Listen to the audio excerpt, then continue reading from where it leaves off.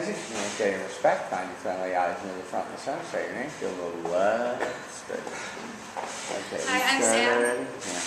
Hi, Sam. So we grew up with the common idiom that the grass is always greener on the other side, but hopefully by the end of this speech, I will prove to you why I believe the statement is false.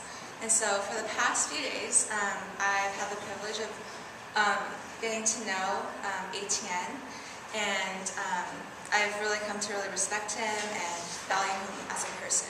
So today I will be going through his past, present, and future. Now I know you guys will enjoy meeting him because he is one of the most well-traveled and well-cultured 22-year-old that I have met this summer. And so first I will start out with his past story. So Etienne grew up from the southwest area of France, and to begin with, he is a really gifted and talented basketball player.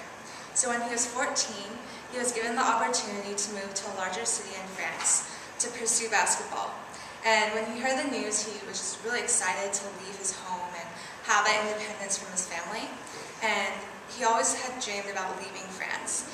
And he remembered that day when his parents had helped him move into his room, and he just couldn't wait for them to leave and have his own time and space and adventures for himself. And because he had always dreamed about moving out of France, he did that when he was 18. He moved to Barcelona, Spain to pursue basketball again. And then later on, 2 years later, he got recruited by the University of Portland to pursue basketball. He told me that he could clearly remember when he had got off the plane and remember taking the few steps into the United States and kind of just feeling like the air was different, that there's something different about the environment. And his past stories of traveling kind of just have this theme of that there's always somewhere better to be. To the present now, Etienne is staying here at UCLA for the summer to finish up some classes and be here in Los Angeles. And he said that it really is the cherry on top of the cake of being at this renowned university and being in the Los Angeles area.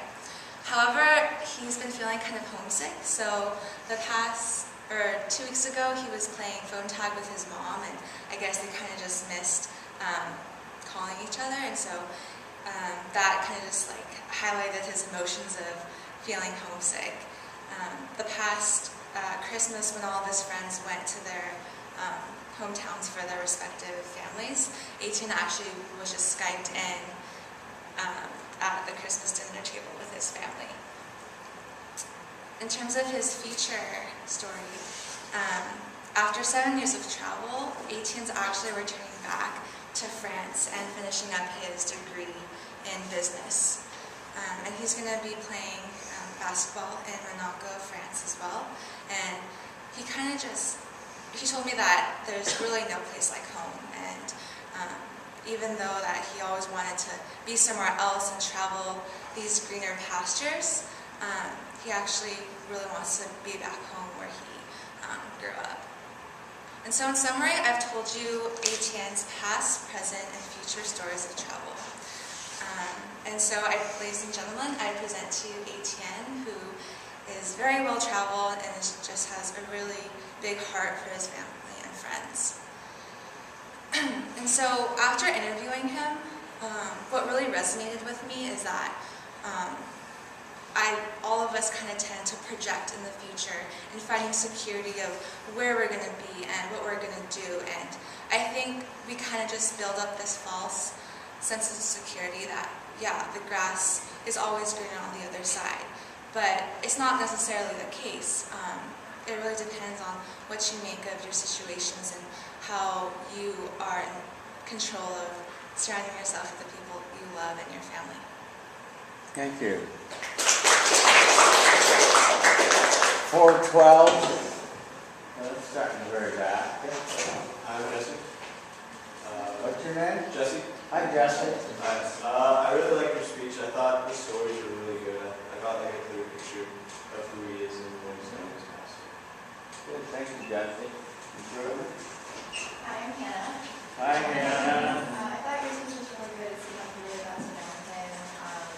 I guess just sitting all the way back here, you could project a little bit more, but other than that, I thought it was. Okay. That's a good suggestion. If you want to fill the room with your energy. You start with the cliche, or what you call the idiom, the grass is always greener on the other side, and then you return to that. So you understood the bookend concept of the tie back. And so that was fine.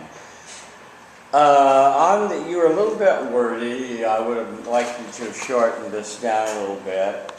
Your first story about his youth playing basketball and being discovered and going on to a bigger and better city and on to Spain and on to Portland. This was all well told, and it seemed like you let the tension build there. I would have liked to have had a little,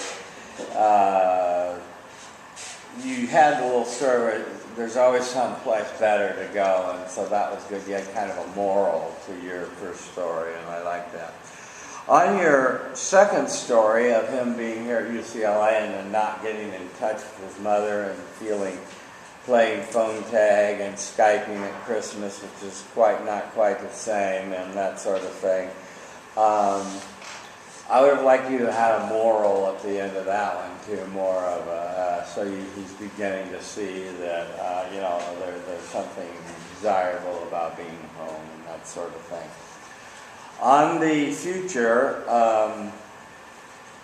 that was real clear, and it's hard to tell a future story, but you did get that told. And then you had a good tie back. You said you wanted to stay in the power stance. I'd like to see you move 3 times during each of the 3 parts, past, present, future. And you said appropriate eye contact and more genuine conclusion. How'd it go? I felt like I did better on my conclusion for this speech because I sort of just kind of said what was on my mind versus trying to remember what I wrote. Yes. Good. And what logically followed from what you said. Yeah. Okay. Good.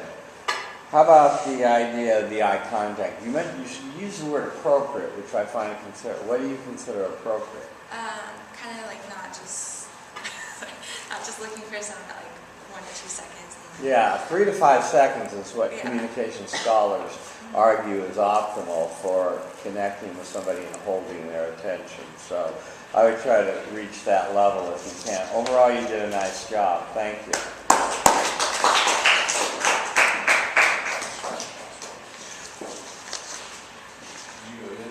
No, I didn't. I was really good.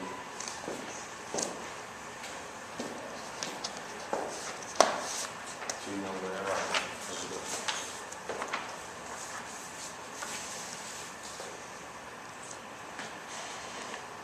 That's me. So hi everybody, I'm Etienne. Hi, Etienne. So it's not all the time that we get to share like personal experiences with our classmates. Oh. How many of you guys have ever like walked away from a class and like not even knowing like the name of like somebody in your class? Anybody? I know that happened to me a lot. And I think that's what's nice about public speaking. We communicate, we share things. We're talking about like funny stories, we're having fun, we're talking about chicken, snakes, or missed push-ups or whatever. So today I have the pleasure to introduce you to my new study buddy, Jesse. And I'm pretty sure you guys are going to enjoy hearing about him and his stories as much as I did, because Jesse's just a nice guy. He's very interesting. He has a lot of things to say, and he had like a lot of experiences. So let me take you guys through a little bit about his past, present, and future, notably through like 3 kind of stories. So I remember the first time I was trying to get to know Jesse's past. I asked him, Jesse, where are you from? And he had a hard time answering at once because Jesse lived respectively in Irvine, Los Angeles, North Carolina, Ohio, and most importantly, he grew up in Canada until he was like 14 years old. So when you hear all those cities, you can think like, oh, he probably had like a lot of experiences, You met a lot of people as well. But like on the other side, it's always hard to leave like the place where you like had all your friends and leave everything behind. And that's what happened to Jesse when he had to leave Canada for Ohio when he was 14 years old. And he told me that story. That was actually one of the worst day of his life when he had to take the car and cross the border and do like that 8-hour drive. When he was like super upset about leaving Canada, his friends and all his life he had there. And he told me, yeah, basically it was like an 8-hour drive, no talk, really like trying to show he had like a blank face to show how mad he was. And we haven't talked about it, but I can see a little Jesse, probably like 14 years old, probably like long hair, listening to like sad songs, like Avril Lavigne or something. But anyway, just trying to make the sad story look a little bit better. But yeah. So now that I knew a little bit about Jesse's past, I wanted to know a little bit about his prison. So I was like, Jesse, what do you like to do during your free time? And Jesse was like, I like to discover new things, try new stuff. And notably discovering like new cultures. So he told me about this experience he had like not too long ago, where he went to a dim sum restaurant. So I didn't know what he was talking about until he told me it was Cantonese cuisine. And so when you're trying out new stuff, it's most likely you're gonna get out of your comfort zone. And when Jesse was trying to order food, he didn't know what he was ordering, and he ended up notably having like chicken feet on his plate.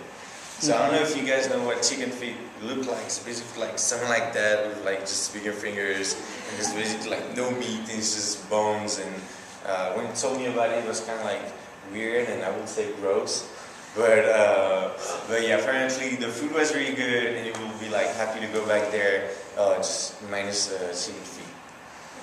So now I was wondering about Jesse's future, and I was like, Jesse, like, what are you trying to do like later in life? What are your like future plans? And he was like, I'm currently applying for pharmacy schools, and he realized pharmacy was for him last summer. Last summer when he went home at his parents for holidays, and he knew he had to get busy doing something because he knew he was going to get crazy just staying with his parents doing nothing. So he just randomly applied to a pharmacy downtown Charlotte at a hospital, and he had the job, and he ended up like having a very good experience. And he told me that helping people for a living really felt like the right thing. So I think Jesse's past, present, and future really showed how he liked to try out new things and discover and have like new experience, and this tendency always pushed him to have like good experiences. And I like to think that you can understand somebody's present and future looking at his past, and I think the fact that Jesse traveled a lot definitely made him the person he is today. And in conclusion, and tie back to my introduction, I would say some of you guys introduce yourself with like friends and people you don't know, and three of us, we didn't know each other at all, and it was just really nice to get to know each other. I feel like we got a lot closer, just like sharing like personal stuff, and it was really nice. And so I really appreciate this assignment. This was Jesse, Adventurous Jesse, and I hope you guys enjoyed the presentation as well. And I'm not going to give out his phone number, but if you guys want to go talk to him, and it will be nice and get to know him a little bit better, it will be nice. Thank you.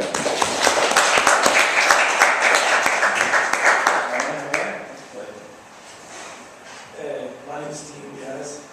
Sorry, it's a struggle. Your speech was really good, and honestly, especially for me, you honestly, I was very impressed because you are foreign and like this is your second language, and I thought you did a really good job of communicating your ideas and like keeping us hooked. And I thought it was just funny, which was great. Yeah, you kept it use of humor, wasn't it? Ruben? Hi, Marie. I thought your speech was really genuine, and I really liked it. And I guess the only thing would be to cut down on saying like. That's what I say a lot, but that's all I have to say. Like is a transition. We want to have 3 goals that we list on our outline that you give me, 3 speech goals that you're working on. So if you don't have those down on your outline now, write them now. I noticed you didn't have 3 goals. What were your goals? What were you hoping to work on? Where we're supposed to put 3 goals in the house? At the bottom of your sheet of what you wanted to work on, like louder voice, be better organized. I was trying to focus a little bit on eye contact because Yes. I tend to, when I Look focus over. on eye contact, it's hard for me to think at the same time. Okay. Just not using words like gonna or like or like familiar words or whatever, and using the space better. Probably. Yeah, walking 3 times. Yeah. Yeah, I mentioned that in my notes too. Okay, let me give you some feedback, Etienne. I like your allusion to the class that everyone could relate to, that getting to know people's names and their background is helpful and it makes the educational experience more personable. Your first story that you told about him moving around and about him leaving his friends in Canada and being very sad was a well-told story, and it was full of word pictures, and you added a little, the little long-haired thing at the end, and but it was a vivid word picture that gave us a sense of how your study buddy Jesse felt. So that was good. On your second story, it was a humorous one of him ordering dim sum and not knowing what he's doing, and so he ordered chicken feed, and he didn't like that so much, so that was kind of funny. And that was a good story. On the future plans, you told us about how he applied for a job and got a job at a pharmacy, and that sort of piqued his interest in going to pharmacy school. And I would like you to stress more the moral of the story, and I think this shows he really wants to help people. You said this in your outline here. Your summary, you told us, you gave us kind of a summing up of what was, the things that you covered, and that was fine. And your tie back to the beginning of your speech was good. I would say move more. Make a little better eye contact, 3 to 5 seconds, and you'll be in great shape. Thank you. Oh, there's a thing, way you're holding your hands now, you want to not do that so much. Somebody told me that once, in public speaking, I had a public speaking class 1 hour, and he was advising me to put my fingers on. Put your fingers up and steeple with your fingers. No. Let them be at your side and let gesture freely. Yeah. So you're getting another opinion. This especially the steepling represents to some nonverbal scholars as being superior to your audience. Or when you go in and ask your boss for a raise, he'll often go like this and steeple up with his hands like, I'm higher than you. So you want to avoid that nonverbal gesture. You did a nice job. Thank you.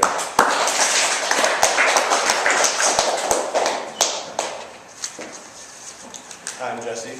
Hi, Jesse. So I want to start out today with a question. What's most important to us in life? Is it jobs, money, family, friends? It's a loaded question, but one that's hopefully easy to answer.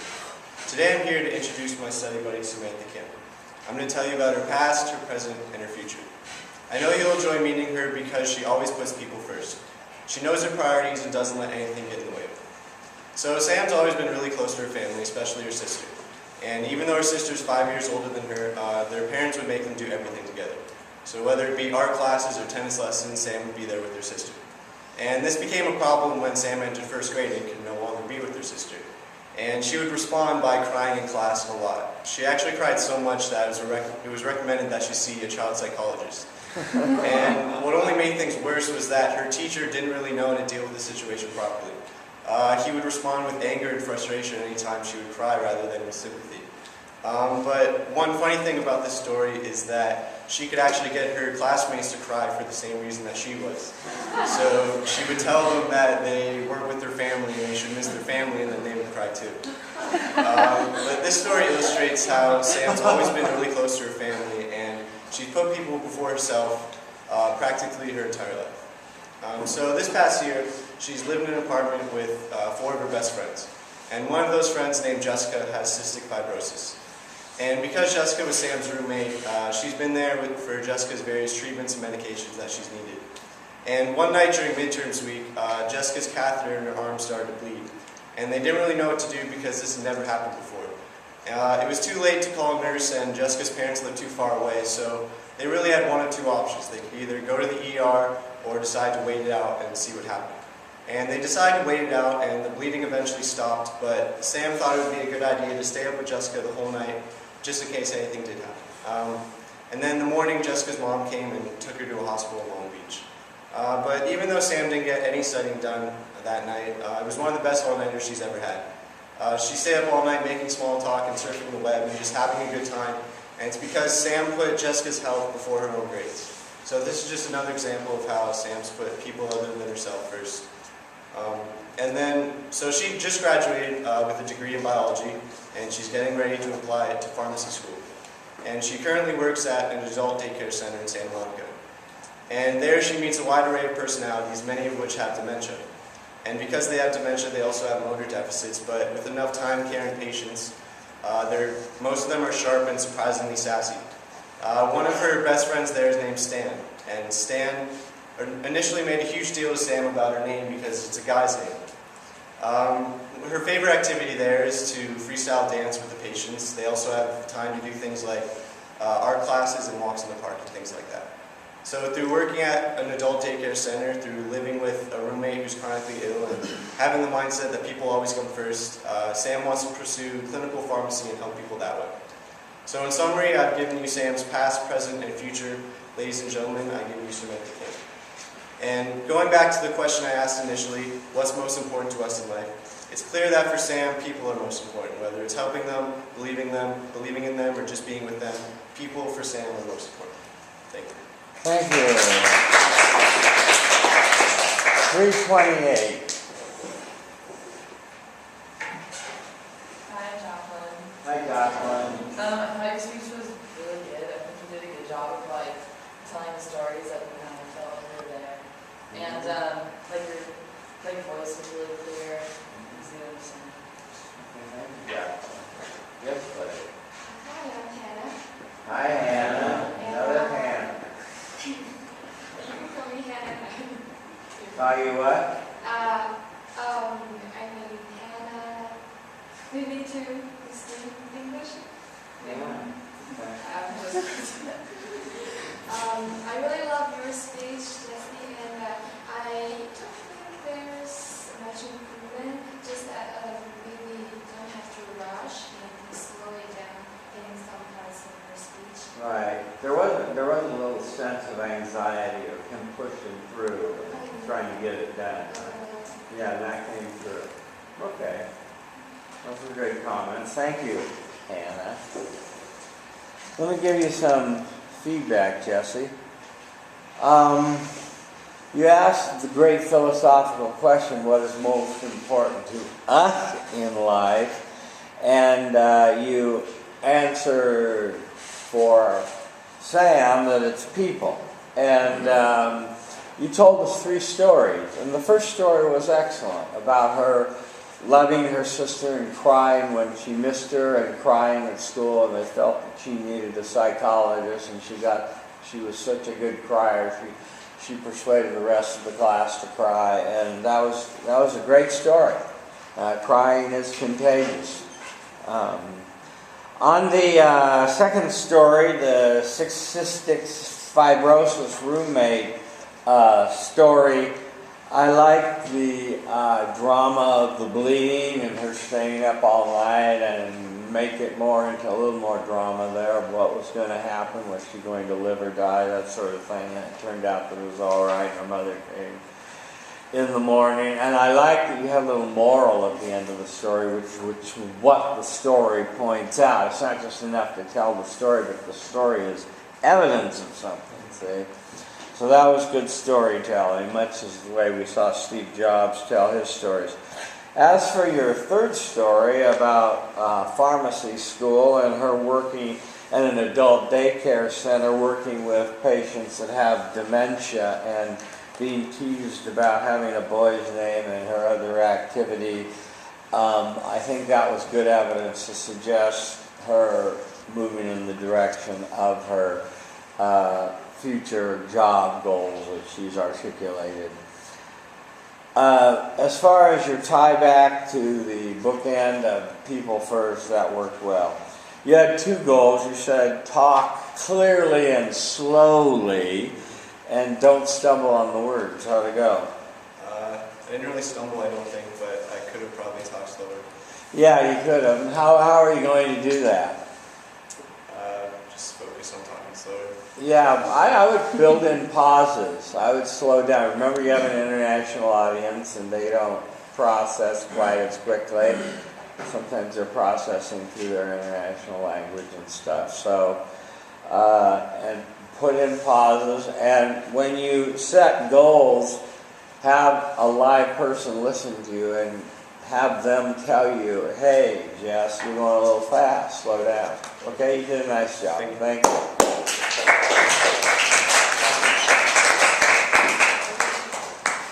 Okay, any more? No? Okay. Yes, there's a couple more. There we are. Oh yeah, the one we left off. Your chance to get even. Right, Ying? Wait a minute, there's too much going on out here. Okay. Journey to West is one of the four great classic novels of Chinese literature. And this novel is a combination of myth, parable, and comedy. This novel tells us a story about a Buddhist monk traveled to West to India to find the Buddhist scripture with his 4 apprentices. So the Buddhist monk who named Tang Sen is one of my favorite characters in the novel. And he, a human, tried his best to surmount 81 obstacles, which symbolizes the challenge and the difficulties that people met in the course of ideals.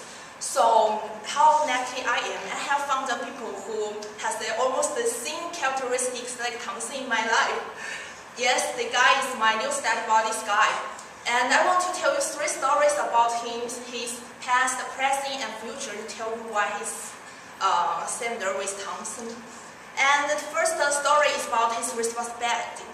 You know, in the novel Journey to the West, Tang Sen is the leader of the journey group, so that he's responsible for his apprentices by cultivating them, saying a lot to inform them to be calm-hearted.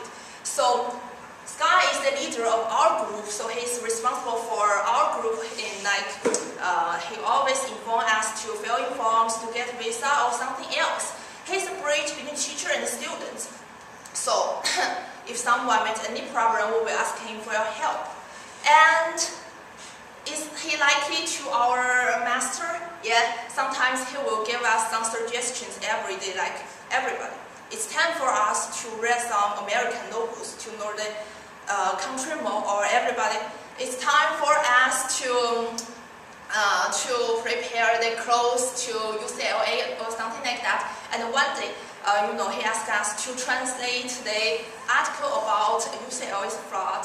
And so he always gave us some suggestions and repeated suggestions again and again. Like Tang Sen always educated his apprentices to be kind-hearted.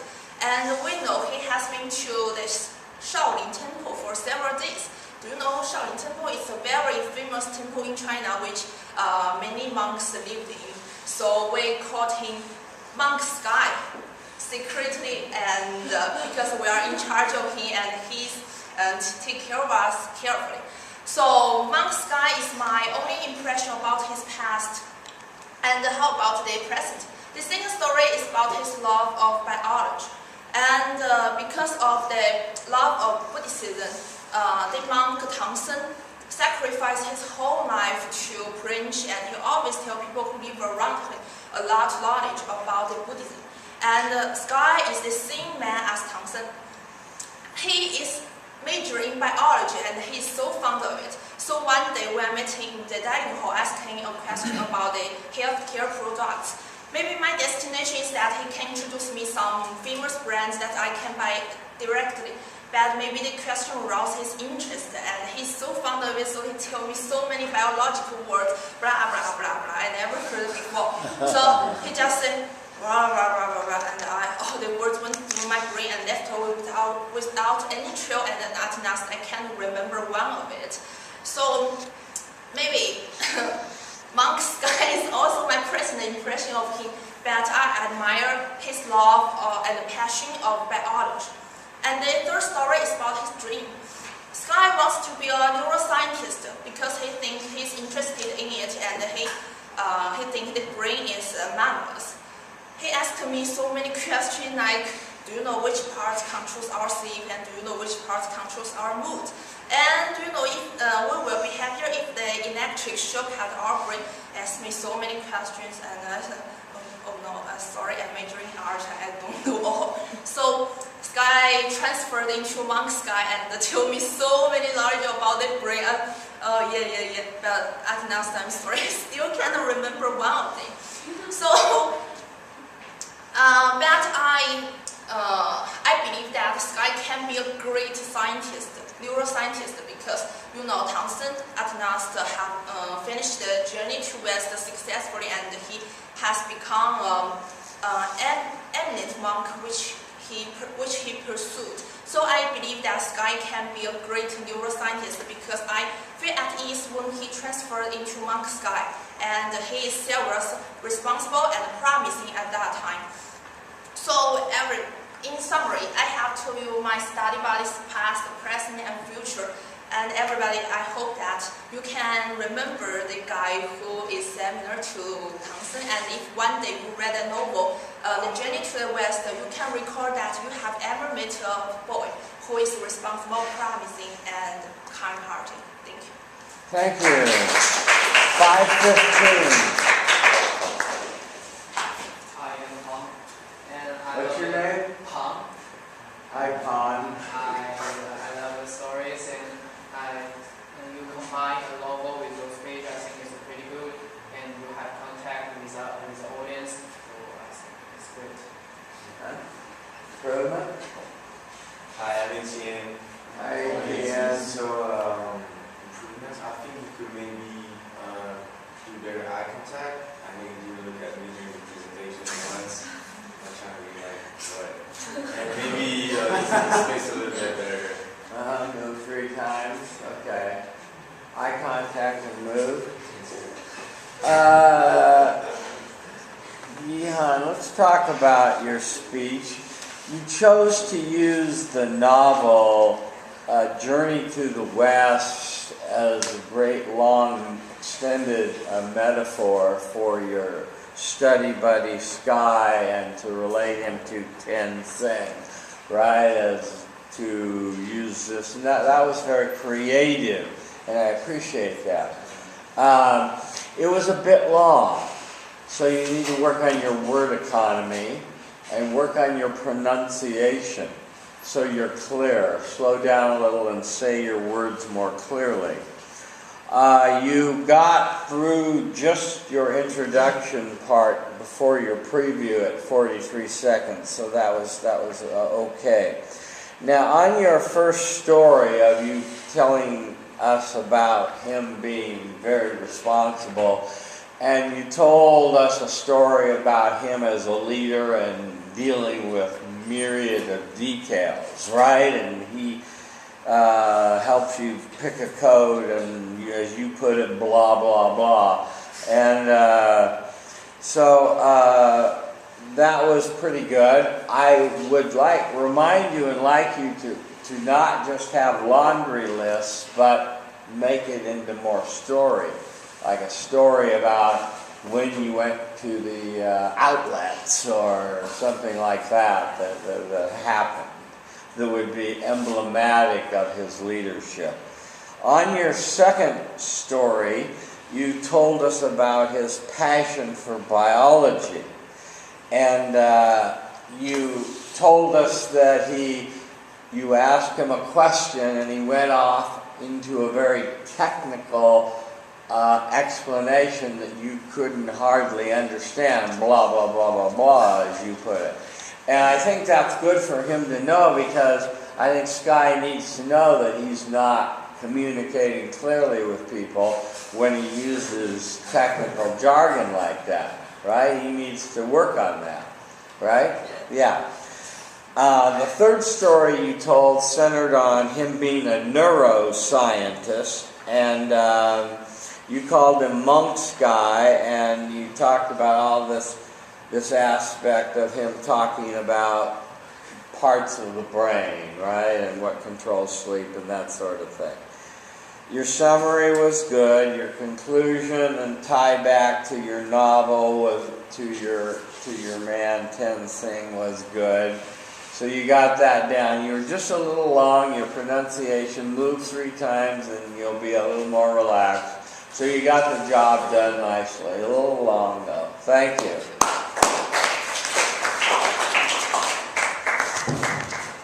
Okay, is that it? No, one more. Dude. 36. Hope we go long today. Hi guys, I'm Dean. Hi, Dean. Nice to meet all of you guys again. Sorry, Dean, for a second. It's okay. So you kind of stole my intro, which I'm pissed about. Well, you're But, not paying attention to you, Dean. Manage attention, make sure everyone's looking up. Go. Yeah, good. Communicate respect non-verbally. Finding friendly eyes, know the front and center. Say your name, feel the love, start your speech. I'm Dean, guys, and I'm kind of pissed because you stole my intro. But I just wanted to say, I was really excited about this assignment because I've never actually gotten to know people in my classes. I mean, you talk to someone, you sit down next to you, but you never actually have the opportunity to really get to know people. And so it's with my pleasure that I get to introduce to you guys Heidi. She's nice, she's smart, she's pretty, and she's my study buddy. And basically, I'm going to tell you about her past, her present, and her future. And I know you guys are really going to be interested because she had braces for 8 years, and you're probably wondering, how is that important? But braces is a hard thing to go through, and she had it for 8 years, and so she's a strong woman, and I'm excited to tell you about her. And I don't know if you guys know anything about Armenian culture, but it's very close. And she grew up in an Armenian community where she really didn't have the opportunity to branch out. And she loved it. She had one big family, but again, she didn't feel diversity. And so UCLA became a dream school for her because it offered her the opportunity to learn more than just what books had to say. It gave her the opportunity to learn from everyone. And for those who aren't UCLA students, you have to take Writing 1 by the time you finish your freshman year. And it's a small class, it's about 20 kids. And in her Writing 1 class, her freshman year, she met this Chinese girl. And she struck up a conversation with this girl. And this girl left China, left her family, and came out here and started UCLA and started her life in a completely foreign country. And I mean, it kind of reminded her of herself because she left this tight-knit community and she came out here to really be her own person. And it really just goes to show that UCLA has offered her really what she wanted, and she was able to learn more than just what books had to tell her. And so this brings me to the present, where she's a 4th-year biology major, and that's very hard, and she struggled with it. And there was actually a point when she was taking physics class, math class, and chemistry class, and she couldn't do it. She broke, and we all have, and she literally dropped her major, and she started looking into other fields, and she quickly realized that that was not what she wanted to do. She had always wanted to be a biology major, and she was basically lost. And so she changed her mind. She changed her study habits. She changed everything that was making it more difficult than it needed to be, and she went back and she took the classes again, and she made it. And now she's probably going to walk as a biology major. And so this brings me to the future. Her past and present have been rough, challenging, yet amazing and rewarding. And her future is going to be no different. She plans to go to USC Pharmaceutical School. She wants to be a young career mom. She's going to obviously get married, have kids, and land a great job and live comfortably. And honestly, I respect that a lot because some people raise their goals just too high. And they actually never end up achieving anything because they couldn't achieve that one goal. And she's not asking for much, and where she finds happiness is in simplicity. And your future, obviously, you know, there's going to be bumps, there's going to be challenges, but she knows she's going to make it through, just like she did her past and her present. And so, I've introduced you guys Heidi. I've told you about her past, present, and future. I've kind of given you a glimpse of who she is and what her ideals are, and honestly, we have a lot in common, and I'm glad like I had this opportunity to hear some stories from you. And so I asked that you guys talk to her, because she wanted to learn more than just books, and we have a super diverse class. And so, like everyone has said, talk to her, learn, and give her that opportunity. So, thank you. Thank you. 354. Hi, I'm Sam. Hi, Sam. I think you're a really strong speaker, and I really like how you added just enough, or the right amount of humor in the beginning, and you're still able to be very serious. Humor, good. Helps bond you with your audience. Yes, please. Hi, I'm Nikki. Hi, Your Nikki. speech was really good. I think one thing to work on is maybe have a better tie back to the intro, or I don't really remember the intro. Yeah. Okay. So you weren't aware of her coming to full circle, of him coming to full circle. Yeah. Okay, that's fair. His circle, as he said, ATM sold his intro, and so he was talking about how good it was, and he got to know everybody in the class and their background, and so he made a quick allusion to that in the end. That was his tieback. Let me talk to you about your speech and give you some feedback, Dean. I would like to have had more of a setup of a preview of saying, I'm going to tell you about her past and present and future, and tell you 3 stories about her life, so we know it's coming. Okay? And I'd like you to have used that narrative reference. You picked it up for the present, but for the past, then you told us a little bit about being Armenian, and that was the setup for the Chinese girl story that braved it all to come here and risked it all to live in America, and how that opened Heidi's eyes to new cultures. So that was a good story. Only thing just a little more of the moral of that at the end would have been helpful. On the present,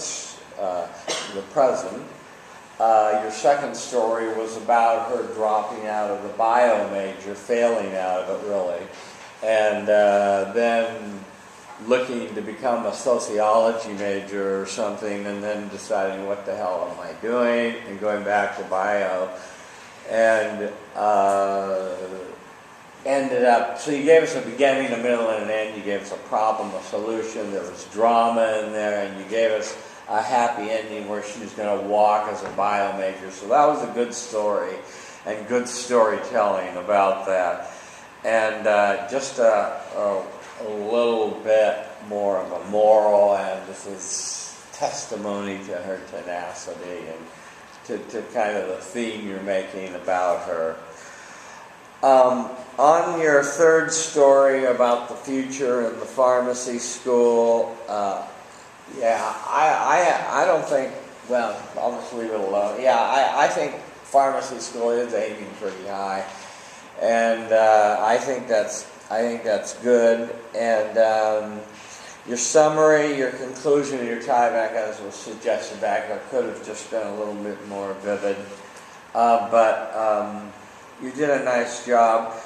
Your goals were to be more concise, to stick to the speech, outline more, and to use the power of pausing, of quiet pausing and stopping. How'd it go? I thought I kind of strayed from my summary, but I still thought I kind of stuck to the theme of it. Yeah. I definitely was more concise, especially with my conclusion, Yeah. especially because last time I kind of rambled. Ramble. And then I thought I could have done better with the pauses. I know when I was talking about her present with the biology major, Yeah. I kind of remembered and I used a few pauses that made it more dramatic, but I mean, I only had 6 seconds left, so I don't know how many pauses I could have done. Yeah, you did fine, and I was wondering if you were going to do something in the tie back with braces for 8 years again, because that was a pretty vivid picture to me too. But you know, you had to choose among all your things that you mentioned in your intro. So you did a nice job, Dean. Thank you.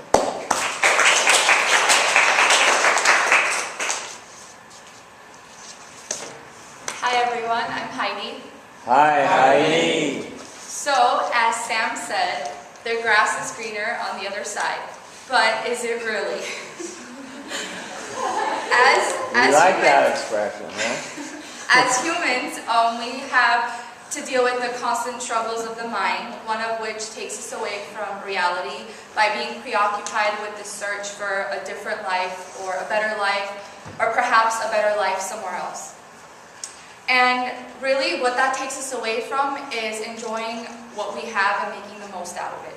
So I believe that if we were to accept our own reality, we would develop it, we would improve it, and hopefully we would grow from it.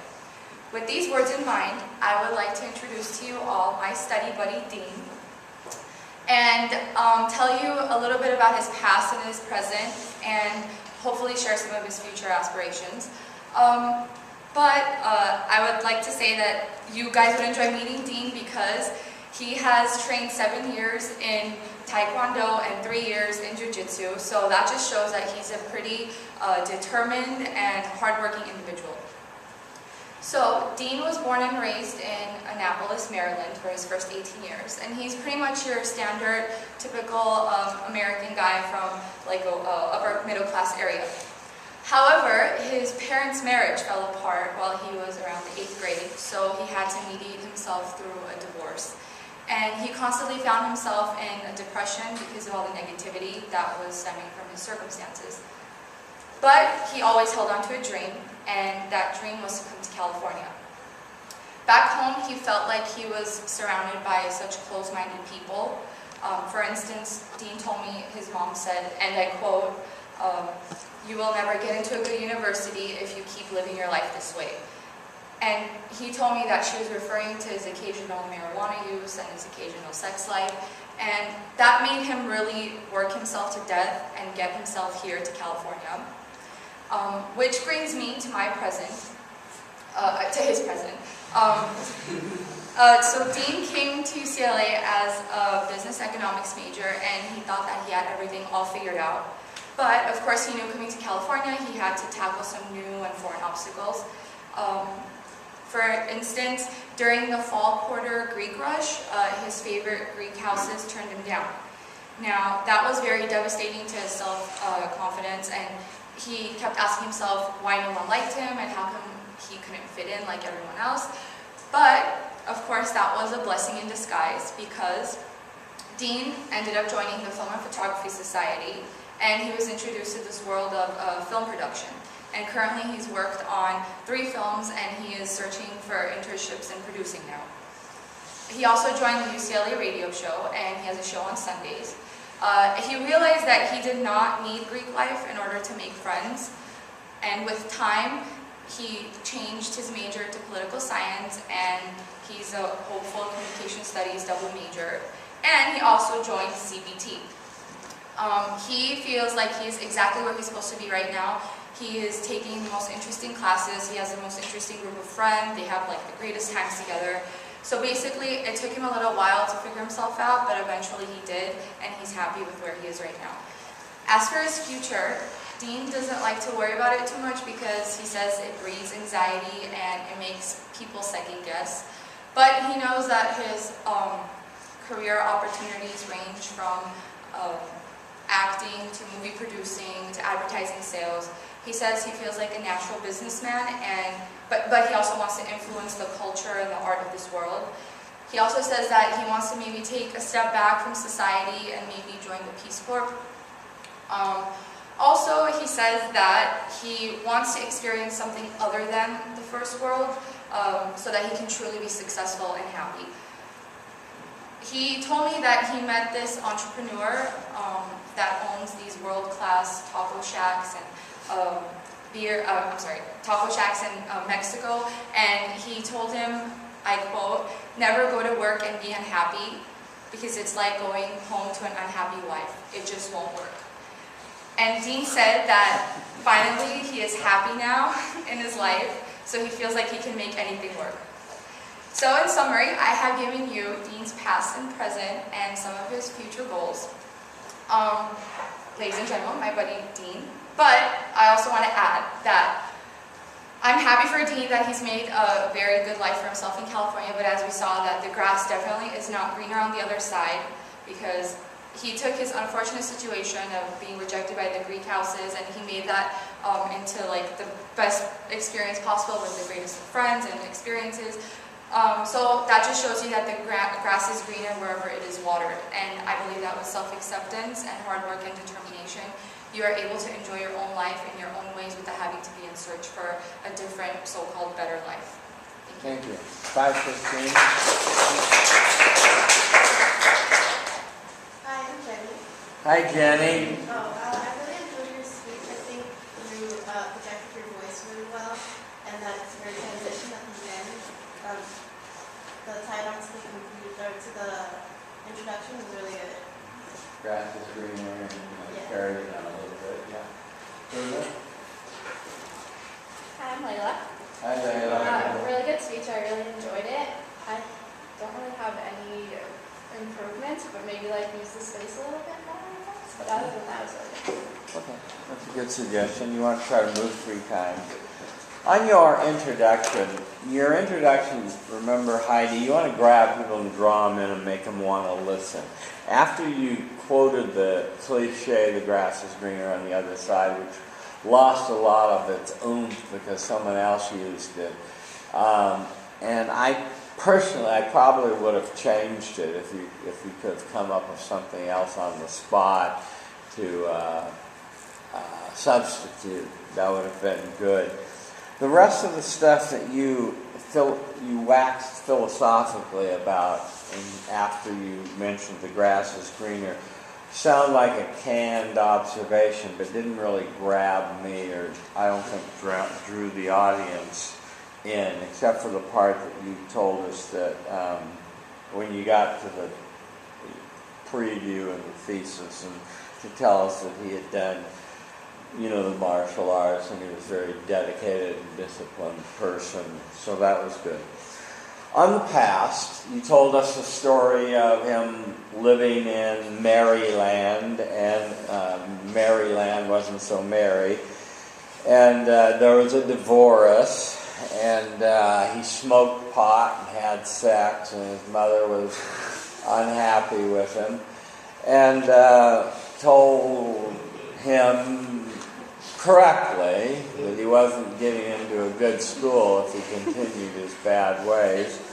So that was a good story, and you had a happy ending to that by telling us that he got off the wrong path and got back onto the light side of the force. On the present, the story about Biz Econ and rushing the Greek system and being rejected. And then it's, as Steve Jobs told us, were you here for that, for the Steve Jobs? Actually, my father showed me that video years ago. Your father what? I actually wasn't here on the first day, but I've seen it a lot. You've seen his lecture, okay. At Stanford. Because he mentioned, we all get hit in the head with bricks, and the question is, what do you do after you get hit in the head? Do you stand up and walk on, or do you go away and cry? And the getting hit in the head by being rejected by the Greek system is a good example of getting hit in the head with a brick. I think it's a good thing to be rejected by the Greek system because it made him, as you point out, do other great things like work in radio and television and film. And so you had a good moral to that story. You talked about him being a poli-sci and comm major and that sort of thing. And you had a moral to the end of that story. So that was good storytelling. On the future, on your third storytelling, it's hard to tell a future story, I recognize that, and basically you told us he doesn't know what he wants to do with his future. There's a lot of options. He's considering maybe the Peace Corps and that sort of thing.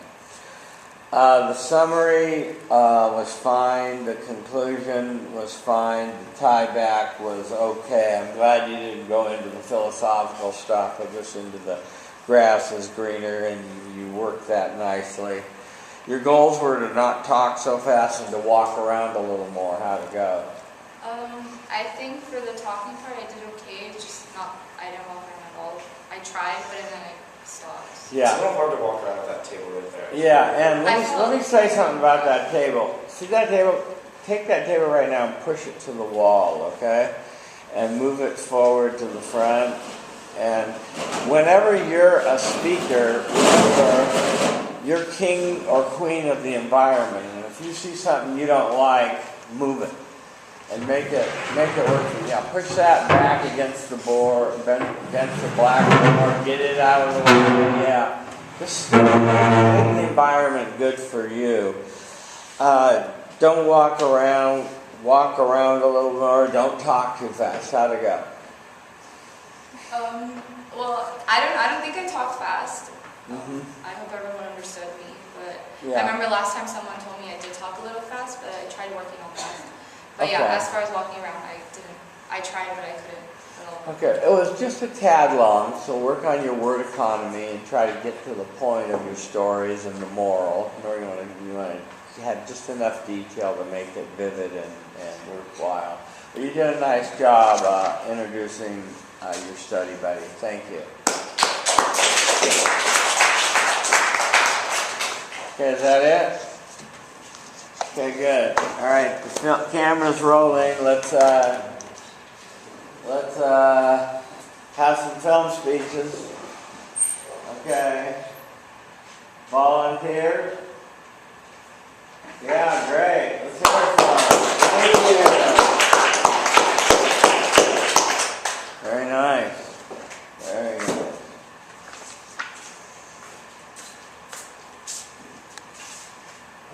Hi, I'm Jacqueline. Hi, Jacqueline. Alright, so Buddy the Elf once said, the best way to spread Christmas cheer is by singing loud for all to hear. And although I'm not going to talk to you about the movie Elf, and I'm not going to sing to you, because trust me, you wouldn't want that anyway, I'm going to tell you why I love Christmas. To me, it's a holiday about tradition, and my favorite tradition is on Christmas Eve, my whole family and I, we watch the movie It's a Wonderful Life. So today I'm going to tell you about 3 ways in which this film has moved me. This film has made me feel frustrated, it has inspired me, and it has, in the end, it makes me feel really grateful for everything that I have. So Brenda Wineapple, in her review of the film, said, It's a Wonderful Life defines character as a set of intrinsic, timeless qualities. And I think that's true because the film is both complex and timeless, which is why I think that you will all enjoy learning about it and the 3 ways in which it has moved me. So the first way that the film has moved me is that it made me feel frustrated. The incident in the film that made me feel frustrated was when George Bailey, who's the main character of the film, almost goes to jail because his Uncle Billy loses their business's $8,000. And this frustrates me because the whole beginning part of the movie just sets up how this character, George, is the epitome of a good person, and he really doesn't deserve to go to jail. So when this happens to him, he thinks that maybe everything would be better off if he'd never been born, and he tries to kill himself. And although I've never felt anything like that depression, I have felt what it's like to be frustrated. And so the scene in the film reminds me of a time in 7th grade when a girl named Jordan, who I thought was my best friend at the time, we got in a fight. I don't even remember what it was about, but she ended up spreading a lot of rumors about me, and I lost a lot of friends that year. And I think that was the loneliest and most frustrated I've ever felt, which is why I felt like I could relate to George in that scene. The second way that this film moved me is that it inspired me. And the scene in the movie that inspired me is actually right after this happens, and George is saved by an angel. And that angel's name is Clarence, and he gives George his wish of, this is what the town that you live in, Bedford Falls, would be like if you really had never been born. And it's a nightmare. And so George realizes he actually had really positively impacted everyone in the town, and that he shouldn't have tried to give his life away. And so This scene reminds me of how I could impact people's lives, and it reminds me of a time in high school when I was volunteering at special camp. I had a buddy named Derek, and he was a really inspiring guy, but he struggled with autism and blindness. And I think that I impacted his life because even though this camp was 5 years ago, he still calls me like once a month to tell me about his life, to tell me about his dream of becoming a musician, and it makes me feel really good, and I think that's how George felt in this scene. And so the third way that this film moved me was that it made me feel grateful. So after George goes back to real life in the film, he sees, he has a new appreciation for everything. He's so grateful for like his family, his friends, and he comes home to find out that his wife had actually, in the meantime, called all of their friends, and they all are just, knowing that George is in trouble, they give all of their money to him. He has more than $8,000 that he needed, and everything works out in the end. And this reminds me about how I can be grateful for everything that I have in my life, especially my family Christmas Eve traditions. I have a really big family, and we go to the same restaurant every year, and then my mom buys us all matching PJs, and we wear them when we watch this movie. And it makes me feel really grateful, and that I also have a wonderful life. So in summary, I told you about the 3 ways in which this film has moved me. Made me feel frustrated, inspired, and made me feel grateful. There should be no doubt in this room that this film moves me year after year, and I hope you enjoyed learning about it. 354.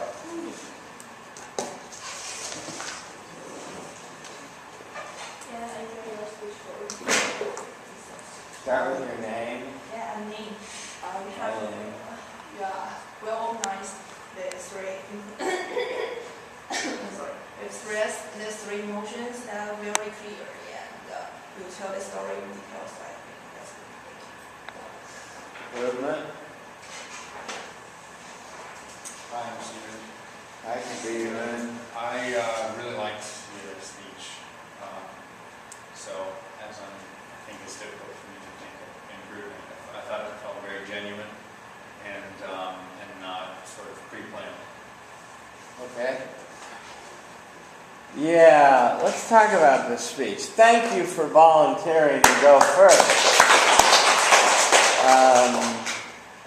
That's going to help your grade. Let's talk about Buddy the Elf said, the best way to spread Christmas cheers is by singing loud for all to hear. And I was wondering if you were going to tie back to the elf or tie back to the movie or something.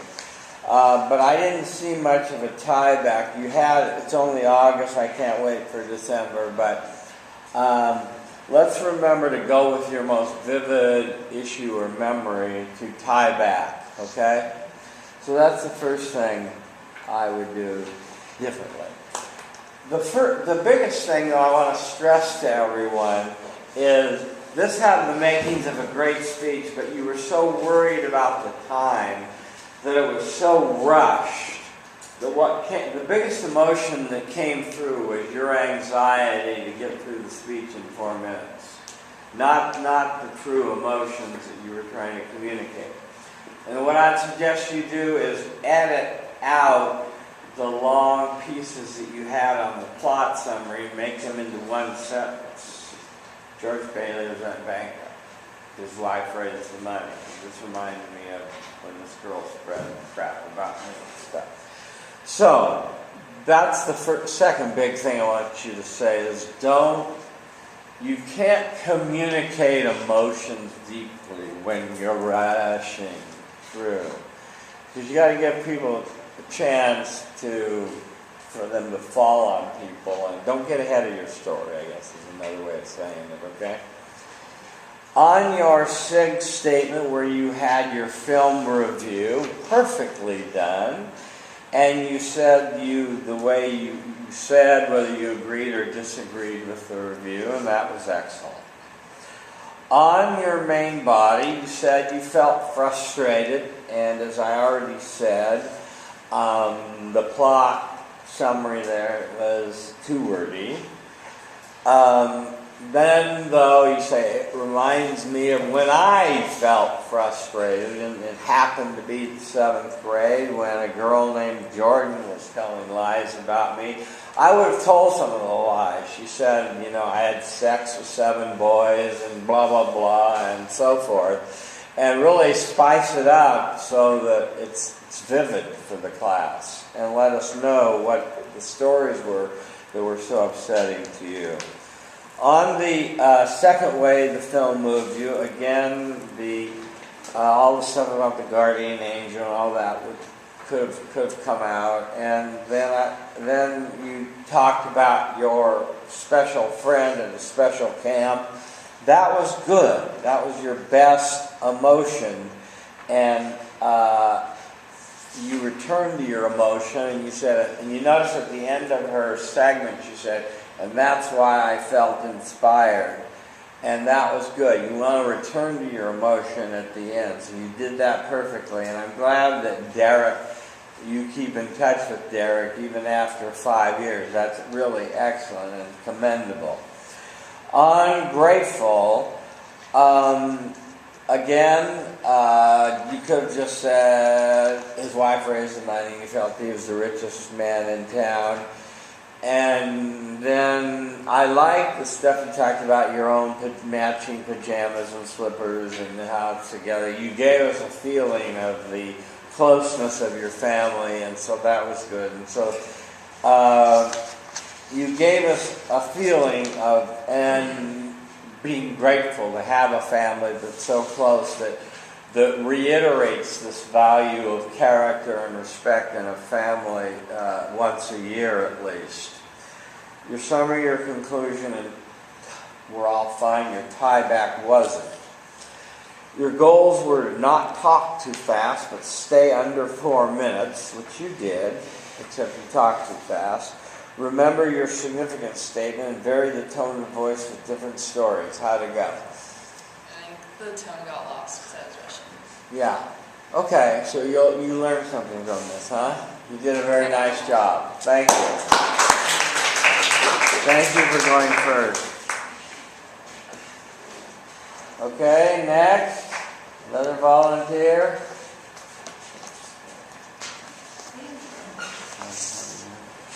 Okay. You should get 120. Hi. Thanks for volunteering. Hi everyone, I'm Marie again. Hi, Marie. Okay, so raise your hand if you've ever, for even the tiniest second, felt lonely. Now raise your hand if even for the slightest second you felt ignored, like someone didn't care about you. Now imagine feeling like this every single day of your life. The movie A Walk to Remember was released in 2002, and it follows a love story of 2 unlikely people.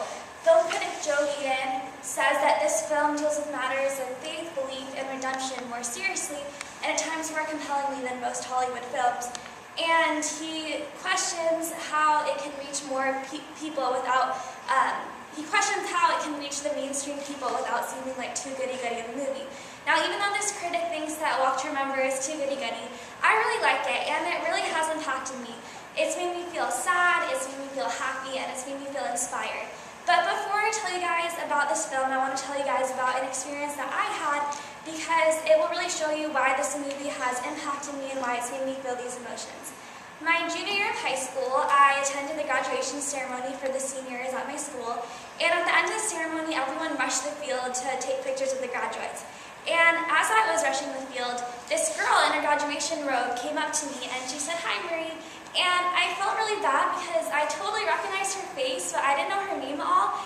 And she went on to say, "Thank you so much for everything you've done for me, it really helped." And I didn't even know this girl's name. So I was just so confused at what I did to help her in the past. So I asked her, "And what was this?" And she went on to say, "Don't you remember? Every day during lunchtime you would walk by me and you would smile and you would say hi to me." And I remember that this was a girl who I saw sitting alone by the history building every day, eating lunch. And I would say hi to her, but I didn't really think it would matter that much. And she went on to tell me that I really made her feel important and I actually changed her life. And And this was so shocking to me, and it was really touching to know that something so small could change someone's life. And I felt bad that I didn't do anything more to get to know her better or befriend her. And I later learned that this girl's name was Anna. So this is why Walk to Remember really inspired me. Because the main character in the movie, Jamie, is a lot like Anna. She often sat alone, people thought she was weird, no one really asked her about her day or asked her about her problems, and no one knew that she was actually battling cancer. And so this makes me feel really bad because even though Anna said that I helped her, I never went out of my way, and no one else did, to ask her how her day was or ask her if she had any problems. And she could have been going through something and really needed a friend. This movie made me feel really happy though too, because the main male character in this movie, Landon, reached out to Jamie and started noticing her and started hanging out with her and realized that she was a really great and amazing person. And it was really cute because we took her on the very first date and they fell in love. And it was really cute and made me happy. But it made me happy to know that I made Anna feel special and important to someone. So that made me feel happy. And lastly, and most importantly, this movie inspired me. It's really hard to watch that movie and really sad because the main character, Jamie, ends up dying and losing her battle with cancer. But it was good that before she died, she got to experience feeling cared about and feeling noticed and even feeling loved by the other main character, Landon. And it just showed me that you just don't know what anyone's going through. That weird girl that sits alone outside or that awkward guy in your class that no one talks to, they could be going through something. And in Jamie's case, she was going through cancer. In Anna's case, she just didn't feel important to anyone. And it just made me realize that as humans, we all need to reach out to people and realize that everyone's going through something, everyone needs help with something, and everyone needs a friend.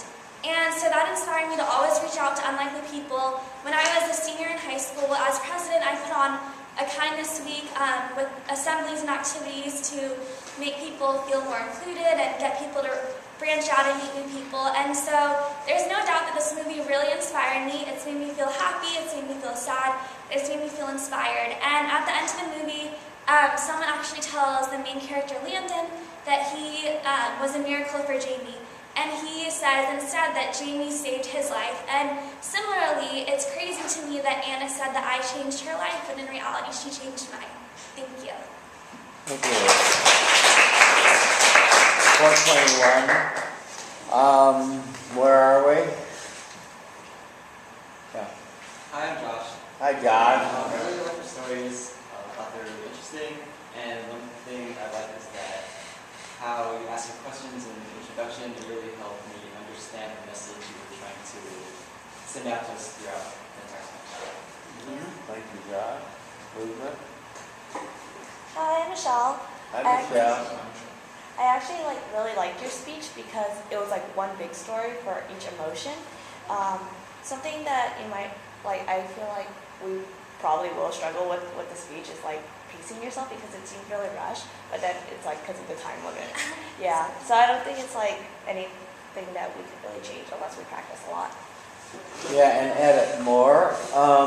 Marie, first off, really minor, quick thing, but remember to try to stay in the power stance when you move.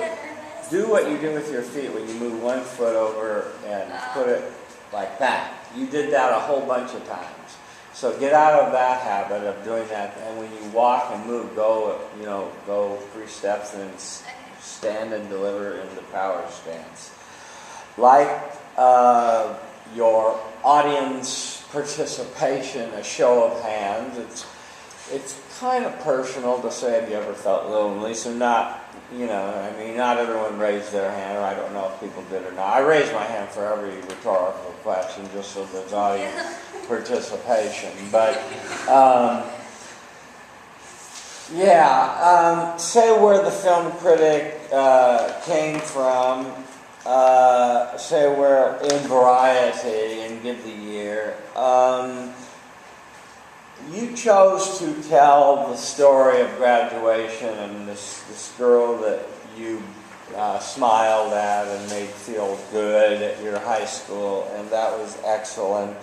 And you had the power as student body president to make her feel that way, and that was interesting way that you set it up. On your going through the emotions, on sad, I would have.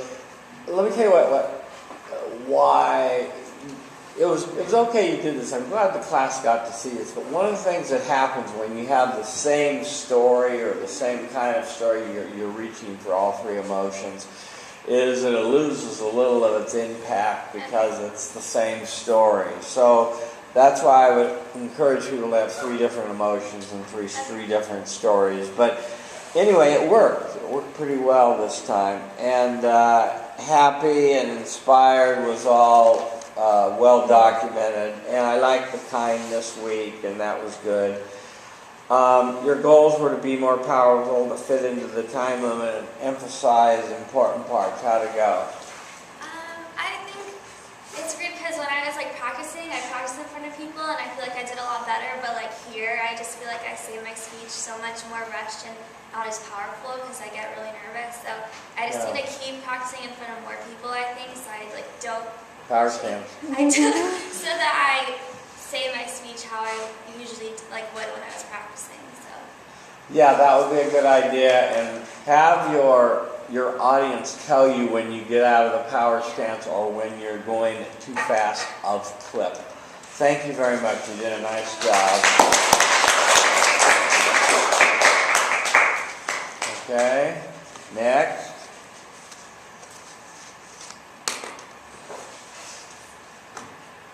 Okay, who else is an A? Come on down. Do I have to go to the roll sheet and look and see who's an A? Oh, there's an A. Oh, there we go. Thank you. We're running out of film, so hurry up. Oh, this is going to take long. Doesn't take long. Yeah, good. No, it is going to take long. Oh, it is going to take long. Good. Okay, good. What's up, guys? I'm Kai. And hi, Kai. This is my film speech. I'd like to start off real quick with a quote from the award-winning author Jerzy Kosinski. He said that the principles of true art is not to portray, but to evoke. Now, what does this mean? To me, it means that the animes that I used to love as a kid also qualify as art. And now I'd like to share with you one of these. It's called Princess Mononoke, and it's by Hayao Miyazaki, and it evoked within me three very powerful emotions. First, it made me feel really sad. Then, it made me feel conflicted. And finally, it made me feel hopeful. Laden with recurrent themes of environmental protectionism, this film is also very mature and very thoughtful. And I'm sure you'll see why that this film moved me so much too. So the first way that this film made me feel was very sad. And the incident that made me feel this way was when the main protagonist, Ashitaka, was injured while defending his homeland of the Amishi village. And this angry boar god named Nago was earlier shot by an iron ball which penetrated his skin, broke his bones, and turned him into a demon. And while fighting this catastrophic force, Ashitaka, who's very innocent, very pure, got injured and had to be exiled from his village. The reason this incident made me feel sad was because it reminded me a lot about my own childhood. A lot of it was spent protecting my little brother from the fights that my mom and dad used to have. Just seeing Ashitaka take on this burden kind of reminded me of the burden that I took on. I'd always take the blame for everything, and it was really frustrating to be blamed for things that you didn't even do, you know? So in the end, reliving these childhood experiences made me very sad. The second emotion that this film made me feel was very conflicted. The incident that made me feel this was when Ashitaka traveled to the west to the man-made fortress of Irontown. Here he met Lady Eboshi, the woman who actually shot the boar in the first place. Now the particular scene that made me feel conflicted was when Lady Eboshi was talking to him about how she wanted to take over the forest for all of its rich mineral resources underneath. She would be greedy. She'd use violence. But at the same time, she was taking care of lepers who she took off the street, bandaged their rotting flesh, and cared for. Just watching this film recently, I noticed that I really never took notice of the lepers before, and I judged her as a villain immediately. And this made me realize that I may have misjudged her and lots of other people in my actual life. And this, needless to say, made me feel very conflicted. The third way that this film made me feel was hopeful. After the mutual destruction of both Irontown and the forest, the main character, Ashitaka, was standing in a barren wasteland with his partner, Sana, who is a wolf girl, raised by the wolf goddess Moro. As Sana was despairing over the death of the forest god, and standing in the brown landscape, green started to sprout up from everywhere. Blades of grass came from nothing. And tiny sapling trees turned into huge, ginormous trees, all in the span of about 30 seconds. I really love this about the film Princess Mononoke, because it reminded me of the power of nature and the resilience of nature as well. And it made me hopeful for the future that mankind and nature can live in harmony together. So in summary, I've told you about 3 ways that this film has affected me. It's made me feel very sad, conflicted, and also very hopeful for the future. I think that there should be no doubt by now that this film moved me very deeply. And I hope that if you guys get the chance, you watch this movie. I know that if you give it a chance, that it'll stun you with its amazing visuals, with its captivating music, and last but not least, its amazing power to evoke emotion from you. Thank you. Thank you. 429. Okay, here? Should I stand up? No, just say it from your seat. I'm Danielle. Hi, Danielle. I really like how the emotions you didn't just describe the emotions you felt, but you actually they came out in your voice. So when you were sad, you can actually hear that you were sad, and then when you were hopeful, you could hear you raised the pitch of your voice. It was nice. Okay, let's go to the back. Improvement. Improvement. Hi, Sky. High speech is very interesting, and he introduced his film giving a very deep impression. I think at that time I will still have this film here. You want to see the film that you're talking about. How can he improve? How can he do better? What can he do better when he's speaking? What can I do better when he's speaking? His speech style, and maybe he can use more body language. I think, such as his level is not also just here, and maybe he should whip his arms to enhance the atmosphere, and maybe his turns may use to emphasize some important parts. Okay, good. Let me give you some feedback. You were expecting to be very long. You weren't. You were only, what did I say, 429, and you get 415, so you really only went 15 seconds over. You were a little rushed. Let me say, when you quoted the principle of true art is not to portray, but to evoke, I was wondering how you were going to tie that back. Were you trying to evoke emotion? And I would have made reference. So remember, Jerzy Kosinski's insight reminds us, and this movie is testimony of Jerzy Kosinski's insight. Yeah. So we know we're coming the full circle. So your bookends could use some work.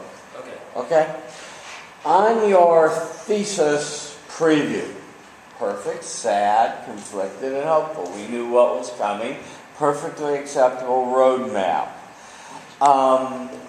Your significant statement, excellent. We knew that, there were complicated man versus nature and big themes, and, in this film, and so we knew that was coming.